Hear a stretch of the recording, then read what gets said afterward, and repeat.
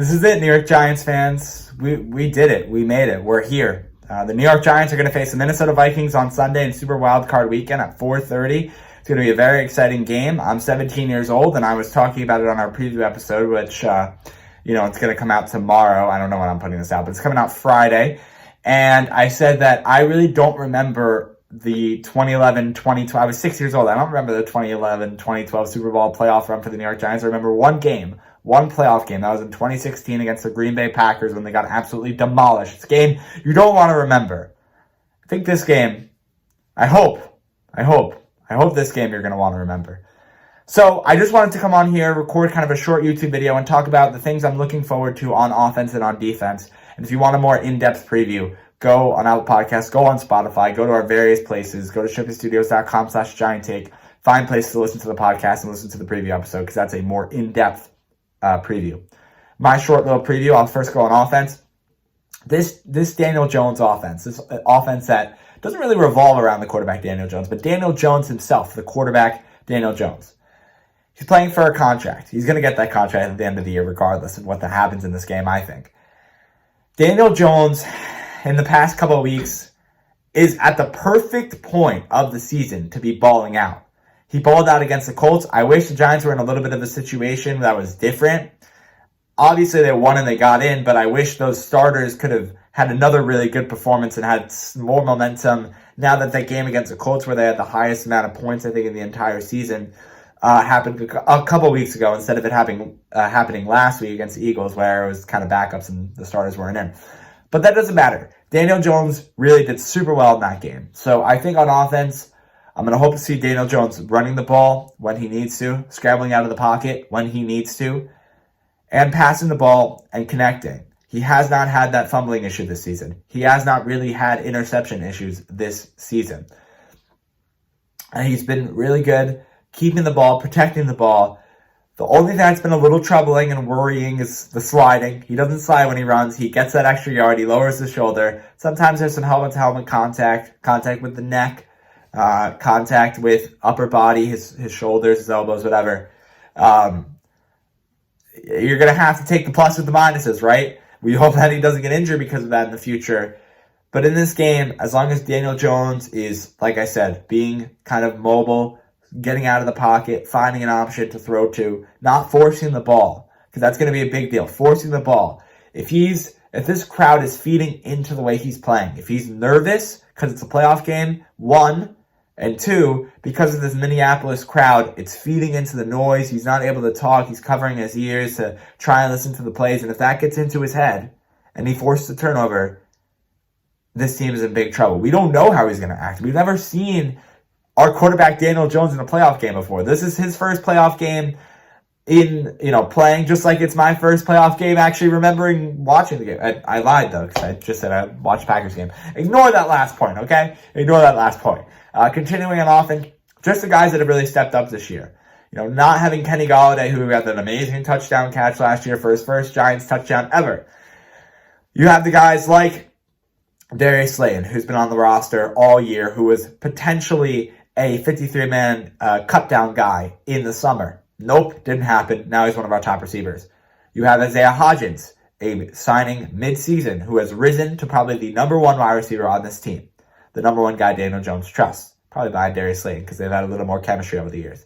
Then you have Richie James, a guy who was signed to the Giants mainly to return kicks and maybe punts. Well, what is he doing? He's the number three wide receiver on this team. Now, Saquon Barkley, earlier in the season, had a very, very good productive season, was rushing consistently over 100 yards a game. Now, it's kind of slowed off a little bit. Why? Daniel Jones has run the ball more. Daniel Jones has passed the ball more. The Giants have had trust in these receivers to catch the ball. The Giants didn't really have trust early in the season because they were like, shoot, we have no Sterling Shepard. We have Kenny Golladay who's not doing anything. What do? Let's run the ball. And they pounded the ball consistently.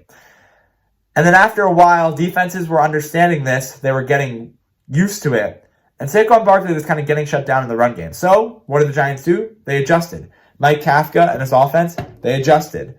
Now they pass the ball. It's kind of even between the runs, but I think even Daniel Jones passes the ball more. And he also runs more. So maybe surprise the Vikings with Saquon Barkley a little bit. But let's see what happens. But I hope Daniel Jones is able to pass and pass successfully. That's on offense. Moving to defense now. Mike Kafka. We know he's going to send the blitz. His blitz and his schemes, his blitzing schemes, let me combine the two, that was a factor in the Giants' loss against the Vikings on Christmas Eve. But there's no if, buts, or maybes. There's no hiding from the fact that it was. It was a factor. That Justin Jefferson screen for who knows how many yards on a blitz, that's the perfect play you can run. And that's a applause to you, Minnesota Vikings, for adjusting to that, understanding that Wink Martindale is going to blitz, and running that screen, knowing you're going to get yards. It's the perfect play to run for a blitz like that. So what's going to happen? What is Wink going to do? He's not going to change a damn thing. He said in his press conferences this week that he has no problem going after Kirk Cousins, trying to put him on his bum, on his ass, sitting him down, getting a sack, getting a tackle in there. And that's exactly what he should think. He's not going to change around his playbook for no Minnesota Vikings offense. Yes, that offense is scary. But yes, that team also has whatever it is that everyone's talking about, the negative points margin between other teams. This Minnesota Vikings team has had its ups, and they've had some really, really, really big downs. You talk about that game against the Dallas Cowboys. You talk about that game against, the Green Bay Packers, where they got blown out in both of those. The Giants can win this football game. Get that through your heads, Giants fans. If that's not already, I think it is, though. Yes, the Vikings are favored. Sure.